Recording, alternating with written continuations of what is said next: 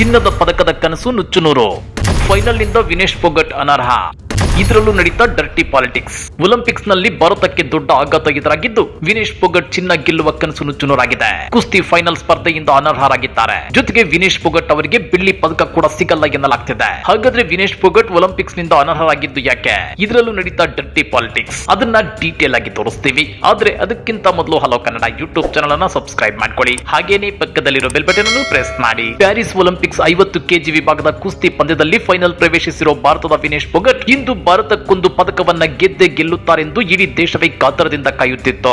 ಆದ್ರೆ ಇದೇ ಸಂದರ್ಭದಲ್ಲಿ ಆಘಾತಕಾರಿ ಸುದ್ದಿಯೊಂದು ಹೊರಬಿದ್ದಿದೆ. ವಿನೇಶ್ ಫೋಗಟ್ ಫೈನಲ್ ಪಂದ್ಯ ಆಡಲು ಅನರ್ಹ ಅನ್ನೋ ಸುದ್ದಿ ವಿಸ್ಫೋಟವಾಗಿದೆ. ಮಹಿಳೆಯರ 50 ಕೆಜಿ ಫ್ರೀ ಸ್ಟೈಲ್ ವಿಭಾಗದಲ್ಲಿ ವಿನೇಶ್ ಫೋಗಟ್ ಫೈನಲ್ ತಲುಪಿದ್ರು. ಆದ್ರೆ ಹೆಚ್ಚಿನ ತೂಕ ಹೊಂದಿದ ಹಿನ್ನೆಲೆಯಲ್ಲಿ ಫೋಗಟ್ ಫೈನಲ್ ನಿಂದ ಅನರ್ಹರಾಗಿದ್ದಾರೆ ಅಂತೇಳಿ ವರದಿಯಾಗಿದೆ.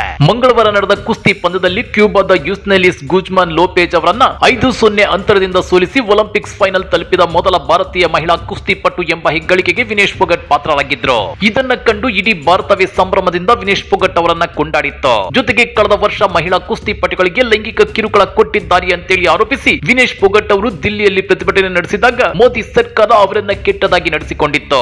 ಅಂದ್ರೆ ಪ್ರತಿಭಟನೆಯನ್ನ ತಡೆಯಲು ದಿಲ್ಲಿ ಪೊಲೀಸರು ವಿನೇಶ್ ಫೋಗಟ್ ಅವರನ್ನ ಬೀದಿಯಲ್ಲಿ ಎಳೆದಾಡಿದ್ರು. ಆದ್ರೀಗ ಅದೇ ಕುಸ್ತಿಪಟು ವಿನೇಶ್ ಫೋಗಟ್ ಒಲಿಂಪಿಕ್ಸ್ ನಲ್ಲಿ ಫೈನಲ್ ತಲುಪಿರೋದು ನಿಜಕ್ಕೂ ಖುಷಿಯ ವಿಚಾರ.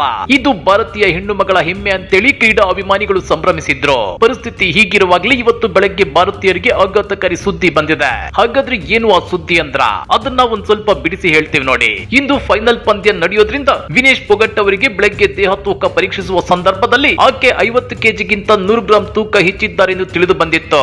ಇದರಿಂದ ಒಲಿಂಪಿಕ್ಸ್ ನಿಂದ ಅನರ್ಹಗೊಂಡಿದ್ದಾರೆ. ಒಲಿಂಪಿಕ್ಸ್ ನಿಯಮದ ಪ್ರಕಾರ ಫೋಗಟ್ ಬೆಳ್ಳಿ ಪದಕಕ್ಕೂ ಅರ್ಹರಾಗೋದಿಲ್ಲ. ಹಾಗೂ 50 ಕೆಜಿ ವಿಭಾಗದಲ್ಲಿ ಕೇವಲ ಚಿನ್ನ ಮತ್ತು ಕಂಚಿನ ಪದಕ ವಿಜೇತರಿರಲಿದ್ದಾರೆ ಅಂತೇಳಿ ಅಧಿಕಾರಿಗಳು ಹೇಳಿದ್ದಾರೆ. ನಿಮ್ಗೆ ಗೊತ್ತಿರಲಿ, ಮಂಗಳವಾರ ವಿನೇಶ್ ಫೋಗಟ್ ಅವರ ದೇಹ ತೂಕ ಪರೀಕ್ಷಿಸಿದಾಗ 50 ಕೆಜಿ ಇತ್ತೆನ್ನಲಾಗಿದ್ದು, ಆದ್ರೆ ಇಂದು ಆಕೆ 100 ಗ್ರಾಂ ಹೆಚ್ಚು ತೂಗುತ್ತಿದ್ದಾರೆ ಎನ್ನಲಾಗಿದೆ. ಮಂಗಳವಾರ ರಾತ್ರಿ ಆಕೆಯ ತೂಕ 2 ಕೆಜಿ ಹೆಚ್ಚಿದ್ದ ಕಾರಣ ಆಕೆ ಇಡೀ ರಾತ್ರಿ ನಿದ್ರಿಸದೆ ಜಾಗಿಂಗ್, ಸ್ಕಿಪ್ಪಿಂಗ್, ಸೈಕ್ಲಿಂಗ್ ಮಾಡಿ ತಮ್ಮಿಂದಾದಷ್ಟು ಪ್ರಯತ್ನ ಮಾಡಿದ್ರು ಅದು ಸಾಕಾಗಿಲ್ಲ.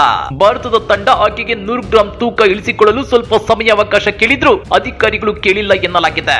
50 ಕೆಜಿ ವಿಭಾಗದಲ್ಲಿ ಈ ರೀತಿ ತೂಕ ಕಾಯ್ದುಕೊಳ್ಳುವ ಸಮಸ್ಯೆ ಎದುರಿಸಿದ್ದು ವಿನೇಶ್ ಫೋಗಟ್ ಇದೇ ಮೊದಲ ಬಾರಿಯಲ್ಲ. ಆಕೆ ಸಾಮಾನ್ಯವಾಗಿ 53 ಕೆಜಿ ವಿಭಾಗದಲ್ಲಿ ಸ್ಪರ್ಧಿಸುತ್ತಿದ್ರು. ಒಲಿಂಪಿಕ್ಸ್ ಅರ್ಹತಾ ಸುತ್ತಿನಲ್ಲೂ ಆಕೆ ಸ್ವಲ್ಪದರಲ್ಲೇ ಅರ್ಹರಾಗಲು ಸಾಧ್ಯವಾಗಿತ್ತು.